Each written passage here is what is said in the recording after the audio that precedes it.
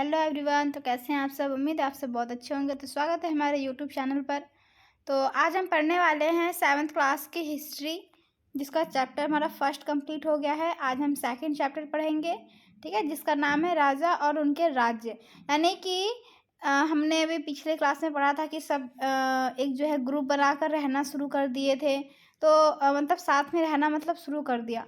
तो इससे क्या समझ में आता है कि जब साथ में रहना शुरू किया तो उन्होंने धीरे धीरे क्या किया, आगे बढ़े, वो सब में तरक्की की। यानी कुछ काम की अच्छी व्यवस्था कर ली, किसी ने कुछ अच्छा किया, किसी ने कुछ, मतलब एक जो है आगे बढ़ने लगे वो सब, ठीक है।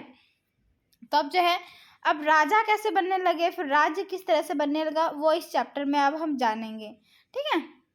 चलिए, तो हम चैप्टर को स्टार्ट करते हैं। तो 7वीं शताब्दी के बाद कई राजवंशों का उदय हुआ, ठीक है। 7वीं शताब्दी के बाद क्या हुआ, कई राजवंशों का उदय हुआ। जैसे कि मानचित्र 1 में उपमहाद्वीप के विभिन्न हिस्सों में 7वीं से 12वीं शताब्दी के बीच शासन करने वाले प्रमुख राजवंशों को दिखलाया गया है, ठीक है। जो हमारा ये मानचित्र है नीचे, इसमें जितने भी राजा आए, उन्होंने कैसे कैसे राज्य किया, कहाँ कहाँ पे राज्य किया, वो दिखाया गया है। तो इसमें देखो, सबसे पहले यहाँ यहाँ इस बॉक्स में देखो,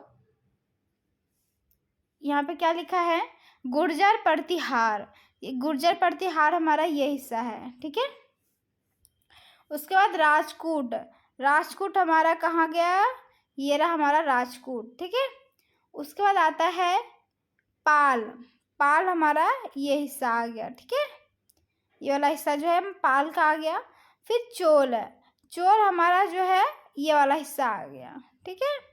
उसके बाद है चौहान। चौहान कहाँ है, चौहानों का ये ऊपर आप जो देख रहे हो ये वाला हिस्सा, वो चौहानों का है, ठीक है।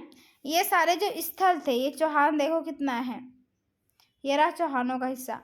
तो यहाँ पे राज्य किया, ये आपको इसलिए हमने दिखाया कि आगे इसके बारे में हम डिटेल में पढ़ेंगे। तो आपको पता होना चाहिए कि कौन सा राजा कहाँ पे राज्य कर रहा है, ठीक है। क्या पता चल गया यहाँ से कि यहाँ पे शासन हो रहा है, सॉरी फ्रेंड्स, ठीक है, शासन हो रहा है चौहान पे, गुर्जर प्रतिहार, फिर है पाल, फिर नीचे है चोल, फिर है राजकूट।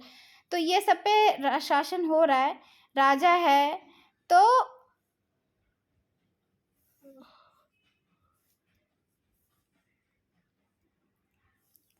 क्या है इसके बारे में, चलो डिटेल में पढ़ते हैं। नेक्स्ट टॉपिक आ रहा है नए राजवंशों का उदय। नए राजवंशों का उदय कैसे हुआ, ये जो आप देख रहे हो ना, ये मूर्ति का चित्र है। अभी जानेंगे इसके बारे में डिटेल से, ठीक है। नए राजवंशों का उदय हुआ, उसका बारे में पढ़ लेते हैं। नए राजवंश किसे बोलते थे, शॉर्ट में बताऊं तो जैसे एक बड़ा सा क्षेत्र था, ठीक है, उसमें कई सारे छोटे छोटे राज्य थे, ठीक है, जैसे गांव बस्ती बसी हुई थी। तो एक राजा ने मान लो इतना कर लिया, इतने पे इतना कब्जा कर लिया, ठीक है, इतना, तो इस पे अपना हुकूमत चला रहा थी, ये स्वतंत्र हो जाता है, अपना एक राज्य जो है अपना बना लेता है ये, तो वहाँ का राजा बन जाता है वो, ठीक है। इस तरह से राजवंश इस तरह से उदय जो है होते जाते थे। किसी ने कुछ जीत लिया कुछ देशों को, तो वो वहाँ पे कब्जा करके जो है वहाँ पे अपना अपना स्वतंत्र हो जाते थे वो, यानी अपना अलग हो जाते थे और अपना शासन चलाते थे। उसको ही बोलते थे नए राजवंश का उदय, ठीक है। चलिए किताब में देख लेते क्या है नए राजवंशों का उदय में। तो 7वीं सदी आते आते उपमहाद्वीप के विभिन्न भागों में बड़े भूस्वामी, यानी जिसका जो बड़े जो भूस्वामी जमींदार थे, तो भूस्वामी और योद्धा सरदार अस्तित्व में आ चुके थे। यानी कि एक अच्छा पोजीशन इनका हो चुका था, क्योंकि इनके पास जो है बहुत हर चीज़ था इनके पास, क्योंकि अच्छी भूमि थी इनका बहुत सारा। फिर योद्धा सरदार, ये सब क्या थे, योद्धा थे जो युद्ध करते थे, उसको बोलते थे, उसका सरदार थे जो, उनके ग्रुप में बहुत सारे लोग होते थे। तो वो सब जो है उनका एक अच्छा जो है महत्व बढ़ गया, और उनका अच्छा जो है एक अस्तित्व में आ गया, जान पहचान होता है ना कि होने लगता है कि चलो इसका ये तो जानते हैं, फेमस हो जाता है उस तरह से, ठीक है। तो जो राजा लोग होते थे, जैसे उन्हें अपने मातहत या सामंत के रूप में मान्यता देते थे। सामंत यानी जैसे कि कोई मेहमान होता है ना, मेहमान को कैसे आदर सम्मान देते हैं, उस तरह से इसको सम्मान देने लगे, ठीक है। उनसे उम्मीद की जाती थी कि वे राजा या स्वामी के लिए उपहार लाए। उनसे क्या उम्मीद करते थे?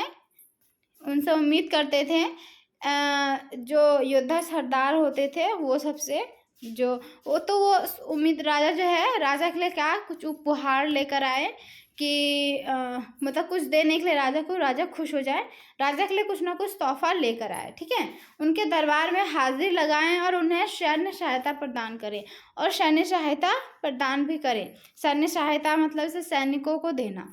ठीक है, तो अधिक सत्ता और संपदा हासिल करने पर सामंत अपने आप को महासामंत यानी महामंडेश्वर, महामंडेश्वर का मतलब होता है पूरे मंडल का महान स्वामी, यानी कि जो मैंने आपको अभी छोटा सा समझाया डायग्राम बना करके, वही चीज़ है कि एक क्षेत्र में कई सारे गांव पे जो है कब्जा करने के बाद वो स्वतंत्र हो जाता है और वहाँ का वो राजा घोषित कर देता है अपने आप को, और वहाँ का राज्य वो करने लगता है, वहाँ का राजा बन जाता है। उसे ही बोलते हैं महामंडेश्वर। ठीक है, तो इसे भूलना नहीं है, महासामंत बोल लो या फिर महामंडेश्वर बोल लो, तो इस तरह से इसको बोलते थे। इसका महामंडेश्वर का मतलब ही बताया, पूरे मंडल का एक जो है महान स्वामी होना, यानी एक स्वामी होना वो होता है। ठीक है, आगे बढ़ते हैं। इत्यादि घोषित कर देते थे। कभी कभी वे अपने स्वामी के आधिपत्य से स्वतंत्र हो जाने का दावा भी करते थे, यानी कि वो उससे अलग हो जाते थे और अलग अपने आप को स्वतंत्र होने का दावा करते थे कि मैं अब आज़ाद हूँ, मैं तुम्हारे साथ नहीं हूँ, मेरा एक अलग अस्तित्व है। ठीक है, यहाँ पे मेरा राज है, ऐसा वो बोलते थे। ठीक है, तो इस तरह का एक उदाहरण दक्कन के राजकूट का था। राजकूट मैंने आपको दिखाया, तो राजकूट का एक उदाहरण है, देख लेते हैं। जैसे शुरुआत में वे कर्नाटक के चालुक्य राजा के उसके अधीन में थे।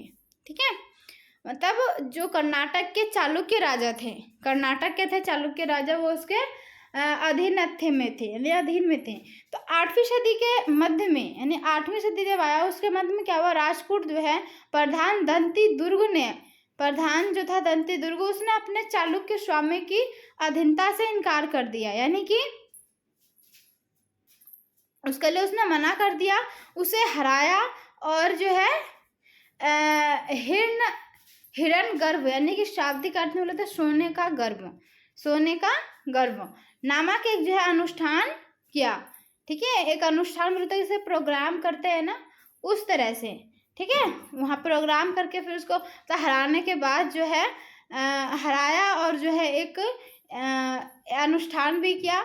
जब ये अनुष्ठान ब्राह्मणों की सहायता से संपन्न किया जाता था, जब ये जो एक जो है मतलब हवन पूजा पाठ जैसे इस तरह का ये कुछ होता है प्रोग्राम जैसा ना, उसमें पूजा पाठ करते हैं, तो जब ये ब्राह्मण के द्वारा किया जाता था तो ये माना जाता था कि इससे जो है याजक जन्मना और क्षत्रिय ना होते हुए भी क्षत्रिय के रूप में दोबारा क्षत्रियत्व प्राप्त कर लेगा। यानी कि जब वो ब्राह्मण के द्वारा इस अनुष्ठान को यानी इस पूजा पाठ को कंप्लीट किया जाता था, तो जो क्षत्रिय नहीं भी होता था, क्योंकि उस समय क्या था, क्षत्रिय का जो बहुत ज़्यादा महत्व था, क्षत्रियों को ज़्यादा सम्मान देते थे।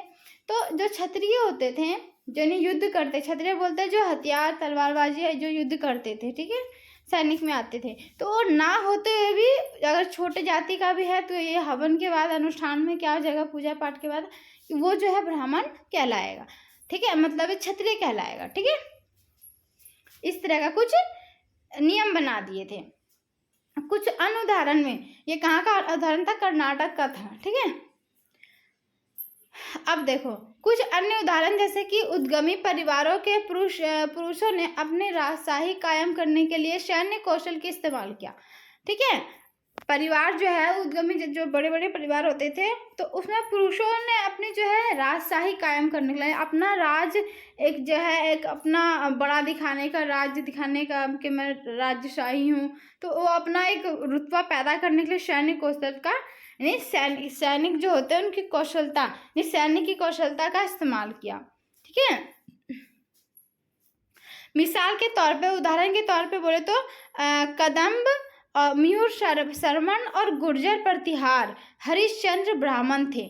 ये सब जो है क्या, कौन थे, ब्राह्मण थे ये। ठीक है, जिन्होंने अपने परंपरागत पेशों को छोड़कर अपने जो उनकी जो अपना जो एक अलग से एक रुतबा था, पैसा था, उनको छोड़कर उन्होंने क्या किया, शस्त्र को अपना लिया। यानी कि अपना राजगद्दी, हर चीज़ को, अपना जो राजभूषण, हर चीज़ छोड़ करके उन्होंने शस्त्र को अपनाया और क्रमशः क्या हुआ, कर्नाटक और राजस्थान में अपने राज्य सफलतापूर्वक स्थापित किया। फिर क्या किया, कर्नाटक में और राजस्थान में, सोचो युद्ध करने के बाद शस्त्र उठाने का मतलब यही हुआ कि युद्ध करना। तो युद्ध करने के बाद क्या हुआ, युद्ध में आ गया तो कर्नाटक, राजस्थान और जो है इनको मतलब स्थापित कर दिया, यानी अपना बना लिया इसको।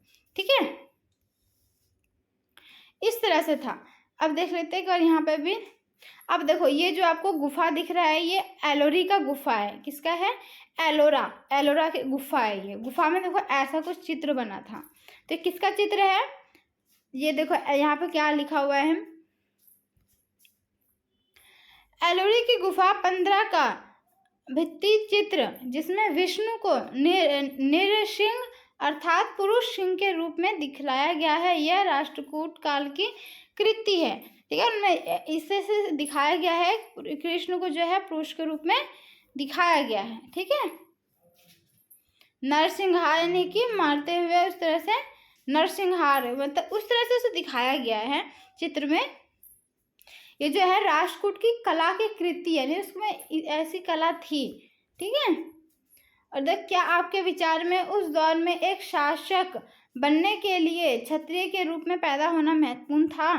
उस समय के लिए था, लेकिन अब यहाँ पे इस तरह से बना दिया तो सोचो, वो एक क्षत्रिय बनने के लिए, वो तो ब्राह्मण तो पूजा करेगा तो वहाँ पे सभी जो है ब्राह्मण बन जाएंगे, जो भी है, फिर वो सैनिक में आ जाएगा, सैनिक में ले लिया जाएगा। तो यहाँ पे जो है ब्राह्मण पैदा ऐसे ब्राह्मण होना कोई ज़रूरी नहीं है।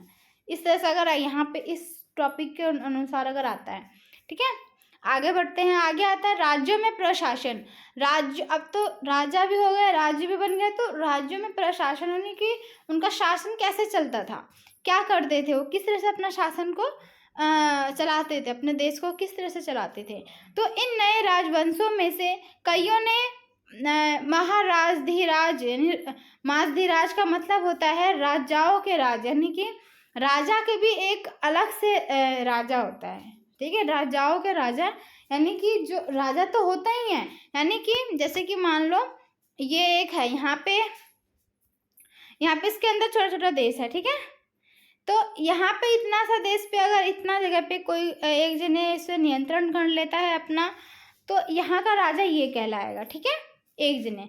लेकिन इस सब पे भी तो कोई राज कर रहा है, तो उसका भी एक अलग राजा है। तो राजाओं के राज्य, इसका मतलब ये होता है। ठीक है, चलिए आगे बढ़ते हैं। तो जो है त्रिभुवन चक्रवर्ती, यानी 3 भुवनों का स्वामी। 3 भुवन यानी कि 3 भुवन का मतलब हुआ वही, जैसे कि हमारा ये है, एक ये राज्य है। ठीक है, एक ये हो गया, इसके अंदर छोटा छोटा और है। फिर ये जो है, जैसे मान लो इसके अंदर बहुत सारे हैं, इतने पे किसी ने राज्य किया, इतने पे किसी ने इतने पे कोई राज कर रहा है, फिर और ये बड़ा मान लो और है, तो इसके ऊपर भी कोई राज कर रहा है। तो ये जो है तीनों का राज का एक राजा होना, वो हुआ त्रिभुस्वामी। ठीक है, यानी कि 3 भुवनों का स्वामी। ठीक है, त्रिभुवन चक्रवर्ती जिसको बोलते हैं, इसका मतलब यही होता है। इसमें कंफ्यूज नहीं होना है, कंफ्यूज बिल्कुल भी नहीं होना है, क्योंकि कुछ भी टफ नहीं है। जिस तरह से मैं समझा रहा हूँ, अगर आपको समझ में आ रहा है तो टफ बिल्कुल भी नहीं है। आप समझने की कोशिश करो। मतलब 3, जैसे कि उससे सबसे बड़ा है, फिर उससे छोटा, उससे छोटा, 3 जो है राज्यों पर राज्य करने वाला जो है 3 भुवन, त्रिभुवन कहलाता है, चक्रवर्ती कहलाता है। ठीक है, और इसी तरह की जो अन्य भारी भरकम उपाधियां धारण की, लेकिन इस तरह के दावों के बावजूद, इस तरह के दावों के बाद वे अपने सामंतों और साथ ही साथ किसान, व्यापारी तथा ब्राह्मण के संगठनों के साथ अपनी सत्ता की साझेदारी करते थे। ठीक है, क्या करते थे वो, इतने सारे जो है 3 जो है उस पर राज्य तो करते ही थे, बाकी जो ये सब जो है, जैसे किसान है, व्यापारी है, ब्राह्मण है, इन सब संगठनों के साथ अपनी जो है सत्ता की साझेदारी भी करते थे। ऐसा नहीं को अकेले ही सब कर लेते थे, ये सब इनके साथ होते थे। ठीक है, तो इन सभी राज्यों में उत्पादकों अर्थात किसानों, ठीक है, इन सभी राज्यों में उत्पादकों अर्थात किसानों जैसे पशुपालकों, कारीगरों से संसाधन इकट्ठे किए जाते थे। ठीक है, इससे क्या करते थे, किसानों से, पशुपालक होते थे, कारीगर जो होते थे, उन सब से जो संसाधन को इकट्ठा करते थे। इनको अक्सर अपने उत्पादों का एक हिस्सा जो है त्यागने के लिए मनाया या बाध्य किया जाता था। इनको जो है अच्छे से बातचीत करके से मनाया जाता था कि तुम दे दो, या नहीं तो इसके से बाध्य करते थे कि तुम दे दो, जिद करते थे कि तुम हाथ जोड़ के जो भी है उसे जिद करते हैं कि तुम मुझे जो है इस चीज़ में से हिस्सा दो। कभी कभी इस हिस्से को लगान मानकर वसूला जाता था। कभी कभी क्या करते थे, लगान, जैसे कि पहले टाइम पे बहुत ज़्यादा होता था, कर वसूलते थे, लगान लगाते थे, यानी कि टैक्स काटना। ठीक है, तो इस तरह से लगान लगाकर भी क्या करते थे, वसूला जाता था। तो क्योंकि जो है क्योंकि प्राप्त करने वाला जो भूस्वामी होने का दावा करता था, प्राप्त करेगा, ये हर चीज को जो प्राप्त करेगा उसको, वो खुद को क्या, भूस्वामी यानी भूमि का स्वामी, राजा होना, भूमि का खुद का जिसका होता है उसको बोलते भूस्वामी। भूस्वामी होने का जो है दावा करता था। तो राजस्व व्यापारियों से भी लिया जाता था। राजस्व क्या है, व्यापारी जो होते थे उनसे भी लेते थे, क्योंकि व्यापारी जो है ये सब जो है दावा करते थे कि मैं भी क्या हूँ, मैं भी राजा हूँ, भूस्वामी हूँ। तो ऐसा कुछ भी नहीं है, सबसे कर लेते थे, चाहे वो व्यापारी हो या फिर आम जनता हो। ठीक है, चलो इसमें अब आगे देख लेते हैं, इसमें क्या दिया हो गया है। 400 कर। कर देखो, अब वहाँ पे कर किस तरह से लगाए जाते थे, किस तरह से काटते थे, वो जान लेते हैं डिटेल में। ठीक है, ये तो हम जान गए कि वहाँ कर काटते थे, वसूला जाता था, है ना। तो किस तरह से करते थे वो देख लेते हैं। तमिलनाडु में शासन करने वाले चोल वंश के अभिलेखों में विभिन्न किस्म के करों के लिए 400 से ज़्यादा सूचक शब्द मिलते हैं। सबसे अधिक जो है उल्लिखित कर के भिट्टे जो नगद की बजाय जबरन श्रम के रूप में लिया जाता था, यानी जबरन श्रम को कदमाई यानी कि भू राजस्व थे, वो भूमि का राजा थे। तो मकान पर छाजन डालने पर लगने वाला कर, यानी कि देखो कर कैसे कैसे वसूलते थे, जो मकान के ऊपर जब छज्जी डालते थे, छप्पर डालते थे, उसके लिए भी कर वसूलते थे। पेड़ पे चढ़ते थे तो उसके लिए भी कर वसूलते थे। ठीक है, सीढ़ी का इस्तेमाल करते थे तो सीढ़ी के लिए कर वसूलते थे। ठीक है, तो पारिवारिक संपत्ति पर उत्तराधिकारी हासिल करने के लिए लगने वाले कर, यानी कि अगर उत्तराधिकारी कोई है तो उसके लिए भी कर देना पड़ता था, इत्यादि का भी उल्लेखित मिलता है, यानी इन सब के लिए इसको कर देना पड़ता था। ठीक है, आज के समय में तो हम किसी का भी कर नहीं देते हैं। ठीक है, चलो आगे बढ़ते हैं। तो ये संसाधन राजा की व्यवस्था का वित्तीय आधार बनते हैं। ये संसाधन जो होते थे राजा की व्यवस्था का, यानी कि व्यवस्था का मतलब होता है अच्छी वहाँ पे रहन सहन, अच्छी राजा की देखरेख के लिए जो है व्यवस्था का वितरित आधार बनते थे। इसका जो है व्यवहार का ही आधार बनते थे जो भी संसाधन होते थे राजा के लिए। ठीक है, साथ ही मंदिरों और दुर्गों के निर्माण में भी इस्तेमाल होते थे। ये तो संसाधन जो लोगों से लिया जाता था कर के रूप में, तो यहाँ पे क्या करते थे, मंदिरों में इस्तेमाल करते थे और उसका मतलब निर्माण के लिए करते थे। दुर्गों के इस्तेमाल के, दुर्गों बोलते हैं जो टीले होते हैं मृतकों के, उसके बारे में और डिटेल से पढ़ेंगे। ठीक है, तो संसाधन उन युद्धों को लड़ने में भी इस्तेमाल करते होते थे जिनसे लूट की शक्ल में धन मिलने की तथा जमीन और व्यापारिक मार्गों के प्रयोग की संभावना बनती थी। यानी कि जो संसाधन होते, संसाधन तो ज़रूरत है ही, है ना, हर चीज़ के लिए ज़रूरत है। तो संसाधन उन युद्धों को लड़ने के लिए भी, जैसे युद्ध होता था उसमें भी जो है संसाधन की आवश्यकता होती थी, है ना। होगी युद्ध में तो और होती है, हथियार की ज़रूरत होती है और भी बहुत सारी चीज़ों की ज़रूरत होती है। फिर ठीक है, जिनसे जो है लूट की शक्ल में धन मिलने की, जब लूटते थे तो धन मिलता था, फिर जमीन और व्यापारिक मार्गों के प्रयोग की संभावनाएं, जो जमीन और जो व्यापारिक मार्ग होते थे वो मिलने की संभावनाएं होती थी, है ना। और जो है रास्ता वसूली के लिए जो राजा होते थे वो वसूली के लिए पदाधिकारियों की नियुक्ति यानी कि एक किसी को चुनते थे। सामान्यतः से प्रभावशाली परिवारों के बीच से ही की जाती थी, यानी कि एक जो प्रभावशाली परिवार होते थे उनके बीच से ही एक को चुना जाता था कि तुम जो है कर वसूल कर लाओगे। वंशानुगत होती ही थी। वंशानुगत यानी कि एक जैसे कि किसी का अगर बाप कर रहा है तो आगे चलकर उसी घर का जो है बेटा करेगा, फिर आगे चलकर उसी घर का पोता करेगा, यानी कि उसी घर का ही करेगा। तो ये जो है वंशानुगत चलता था, यानी कि ईमानदारी दिखानी पड़ती थी। तो सेना में भी ऐसा ही होता था, सैनिक जो होते थे उनमें भी ऐसा ही होता था। तो जैसे कि अगर एक परिवार का अगर सैनिक बन गया है तो आगे चल के उसका बेटा ही उसका वहाँ पे आराम से जॉब कर सकता है, सैनिक का जॉब कर सकता है। आजकल तो लेना बिल्कुल भी मतलब इजी नहीं है, बहुत टफ हो गया। कई सारे एग्ज़ाम देने पड़ते हैं, कितने सारे श्रम करने पड़ते हैं, कितनी प्रैक्टिस होती है, बहुत ज़्यादा होती है। सोचो पहले तो क्या था, वंशानुगत था, यानी कि एक के बाद एक उन्हीं के वंश का आता जाएगा। तो कई बार राजा के निकट संबंधी ही इन ओहदों पर जो है होते थे, यानी कि कई बार क्या होते थे, जो राजा होते थे उनके ही संबंधी यानी कि उनके ही आसपास में रहने वाले लोग कहीं कोई ना कोई जो है प्रधान बन जाते थे। तो खासकर ज़्यादा अपने ही संबंध में ही होते थे, दूर के बहुत कम होते थे। ठीक है, चलिए परिस्थितियाँ और भूमि अनुदान ये भी देख लेते हैं।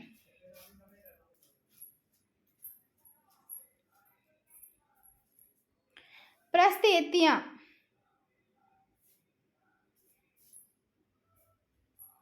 परिस्थितियों का मतलब है कि कुछ चीज़ें जैसे कि दिखाया गया तो वो सही भी हो सकता है और गलत भी हो सकता है। ठीक है, मतलब उसका जो है सही भी हो सकता है, गलत भी हो सकता है, दोनों ही संभावनाएं होती है। परिस्थितियों का मतलब होता है भूमि अनुदान का मतलब हुआ भूमि का अनुदान करना, नहीं जमीन का देना। तो चलो देखते हैं बुक में क्या दिया हुआ है। परिस्थितियों में ऐसे ब्यौरे होते हैं जो शब्द सत्य भी हो सकते हैं, लेकिन ये परिस्थितियां हमें बताती है कि शासक खुद को कैसा दर्शाना चाहते हैं। जो शासक होता है अपने आप को कैसा दर्शाना चाहता है। परिस्थितियों का मतलब होता है कि सत्य भी हो सकता है, गलत भी हो सकता है, सही भी हो सकता है, दोनों ही मतलब होता है। तो आखिर होता क्या है, ठीक है, किस तरह का होता है। तो जो शासक होता है, इसका कहने का मतलब है कि शासक जो होता है खुद को कैसा दर्शाना चाहते हैं, बस वो चीज़ को इसमें पढ़ेंगे। मिसाल के लिए जैसे बोले सूरवीर, यानी सूरवीर होता है शेर की तरह बहादुर होना है ना, बहुत बहादुर होना है। विजय योद्धा के रूप में, यानी कि कई सारे युद्ध हुए उसमें विजय हुआ है, योद्धा है वो, उसके रूप में जो है लेते थे। ये विद्वान ब्राह्मणों द्वारा रची गई थी। ये किसने किया था, ब्राह्मणों को द्वारा ये जो है बनाया गया था, रची गई थी। ठीक है, अक्सर प्रशासन में मदद करते हैं। जो क्या है, ये ब्राह्मण के द्वारा रची गई है, लेकिन जो है हमें जो है अक्सर प्रशासन में मदद करती है ये।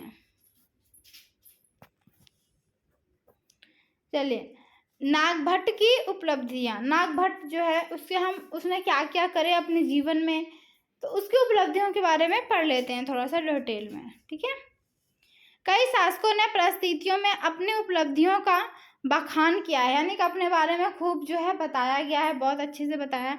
तो आपने पिछले साल गुप्त शासक समुद्रगुप्त की परिस्थितियों के बारे में पढ़ा। ठीक है, मतलब देखो जो परिस्थितियाँ होती है, जैसे कि लिखा हुआ है कोई चीज़ और वो सही भी हो सकता है, गलत भी हो सकता है। कंफर्म तो नहीं है ना कि वो सही ही हो, कंफर्म ये भी नहीं कि गलत हो पूरी तरह से।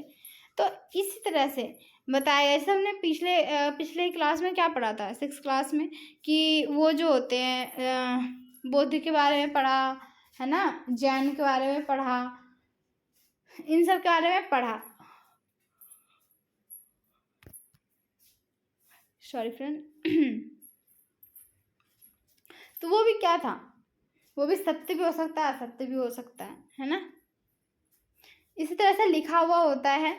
तो इसी तरह से जो राजा होते तो वो भी अपने, जो शासक होते तो वो भी अपने बारे में कुछ जो है ऐसे पुस्तकें लिखवाते थे और अपनी तारीफ करवाते थे, बखान करवाते, अपने बारे में खूब जो है बताते, बढ़ा चढ़ा कर बताते थे, लिखवाते थे। ठीक है। तो देखो संस्कृत में लिखी गई ग्वालियर, संस्कृत में लिखा हुआ ग्वालियर जो है वो कहाँ, मध्य प्रदेश में पाई गई थी। ठीक है, मध्य प्रदेश से मिला था ग्वालियर जो में पाई गई। एक जो है परिस्थिति में प्रतिहार नरेश नागभट्ट के कामों का वर्णन इस प्रकार किया गया है। ठीक है, उसमें जो है जो नागभट्ट है उसके बारे में उसमें बताया गया था, वो क्या क्या काम करता था उसके बारे में भी बताया गया था, बिल्कुल जो है उसमें उस पुस्तक में बताया गया, उस ग्रंथ में। तो आंध्र और सैंधव सिंह सिद्ध ये है, सिद्ध है ये विदर्भ महाराष्ट्र का एक हिस्सा है। ये क्या है, ये जो है चारों जो आप जो नाम सुने, ठीक है, आंध्र, सैंधव, सिंध और जो सिंध में है, फिर एक जो है विदर्भ, ये जो है महाराष्ट्र का एक हिस्सा है, और कलिंग यानी उड़ीसा का एक हिस्सा है। ये सब जो है, कलिंग जो है उड़ीसा का एक हिस्सा है। तो कलिंग के जो राजा थे उनके आगे तभी धराशाही हो गए जब वे राजकुमार थे। ठीक है, कब धराशायी हो गए, जब वो राजकुमार थे। उन्होंने कन्नौज के शासक चक्रयुद्ध को विजयी किया। क्या किया उन्होंने कन्नौज के जो शासक थे, कन्नौज के शासक था चक्रयुद्ध को जो है विजयी किया, इन्हें से चिताया। ठीक है, उन्होंने वंश, ये कहाँ पे है, वंग, उन्होंने वंग ये है बंगाल का हिस्सा है, ये बंगाल में है। तो अनर्त ये गुजरात का हिस्सा है, मालवा ये मध्य प्रदेश का हिस्सा है, और किरात ये वनवासी का हिस्सा है, और तुरुष्क ये तुर्क का है, और मत्स्य ये दोनों उत्तर भारत के राज्य में, यानी ऊपर के साइड में भारत में राज्य में है, और राज्यों को पराजित किया, इन सबको क्या किया, हरा दिया। ठीक है, इन सबको जो है हराया। चलिए आगे बढ़ते हैं। राजा लोग परंतः ब्राह्मणों को भूमि अनुदान से पुरस्कृत करते थे। ठीक है, भूमि अनुदान से पुरस्कृत करते थे। ये जो है ताम्र पात्रों पर अभिलिखित होते थे। ताम्र पत्थर जो जिसपे पहले लिखते थे पत्ते पे, वही उस पर जो है लिखा हुआ था, जो भूमि पाने वाले को दिए जाते थे। किसको दिया जाता था, जो भूमि को पाता था उसको। यहाँ पे देखो क्या लिखा, ये है, यही है ताम्रपत्र, इस पे लिखा जाता था चित्र। ये थोड़ा संस्कृत और थोड़ा तमिल में लिखा हुआ ताम्रपत्रों का एक संग्रह है। ठीक है, इस तरह से रखा गया है ताम्रपत्रों पे लिख के।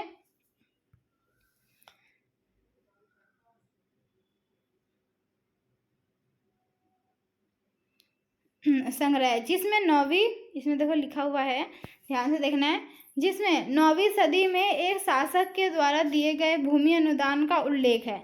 जो 9वीं सदी में जो दिया था, एक भूमि दिया था, अनुदान क्या था, उस बारे में लिखा हुआ है। जिन कड़ियों से ये पत्र जुड़े हैं उन पर राजसी मुहर लगी है। क्या लगी, जिनसे जुड़ा हुआ है ये पत्र, इस पर जो है राजसी का, यहाँ पे आप देख सकते हो, ये जो लगा हुआ है, ये मुहर इस तरह से लगा हुआ है। ठीक है, मुहर यहाँ पे लगा हुआ है।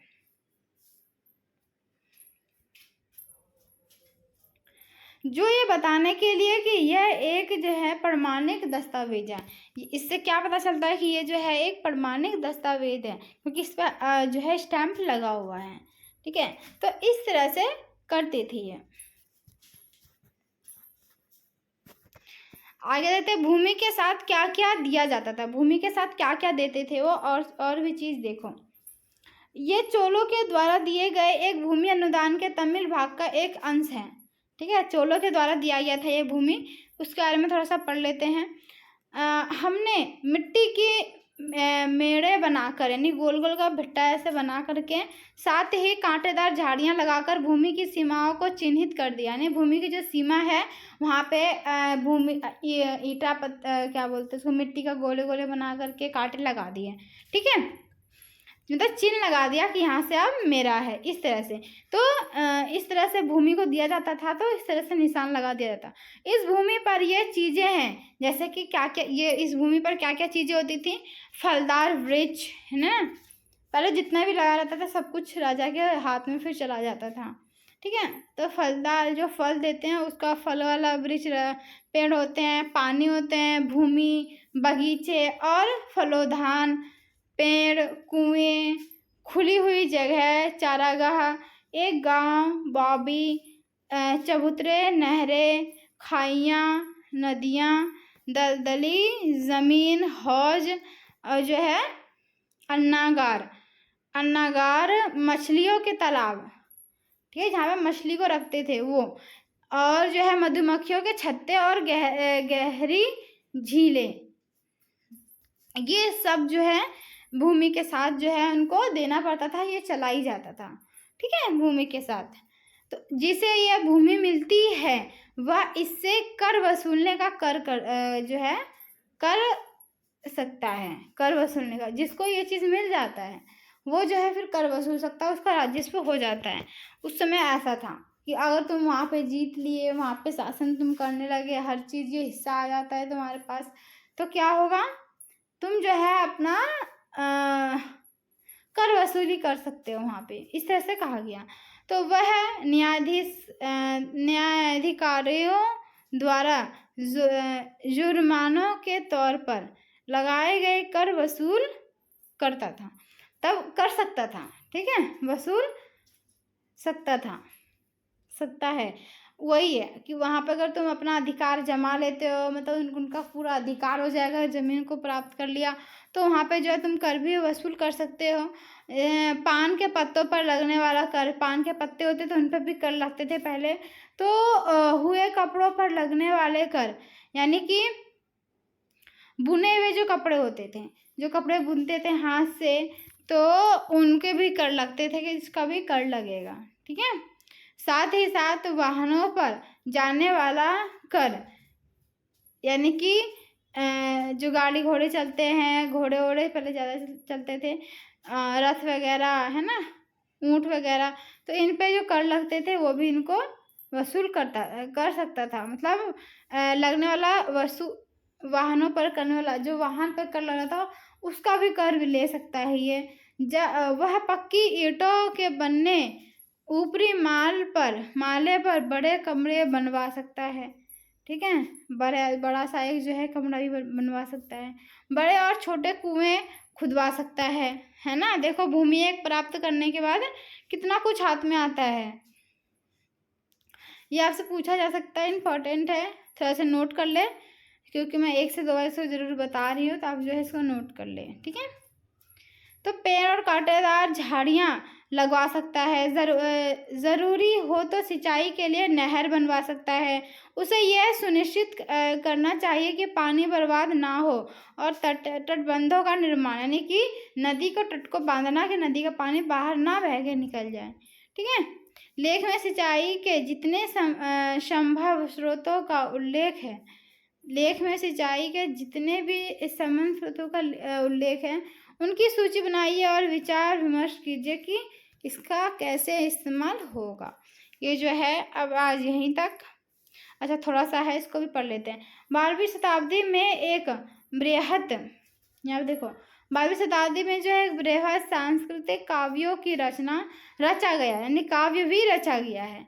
कब? 12वीं शताब्दी में, जिसमें जम्मू कश्मीर पर शासन करने वाले राजाओं का इतिहास जो है दर्ज है। तो वहाँ पे जम्मू कश्मीर में जो शासक है, जो शासक किया, उसके बारे में जो अच्छे से इसमें बताया गया है।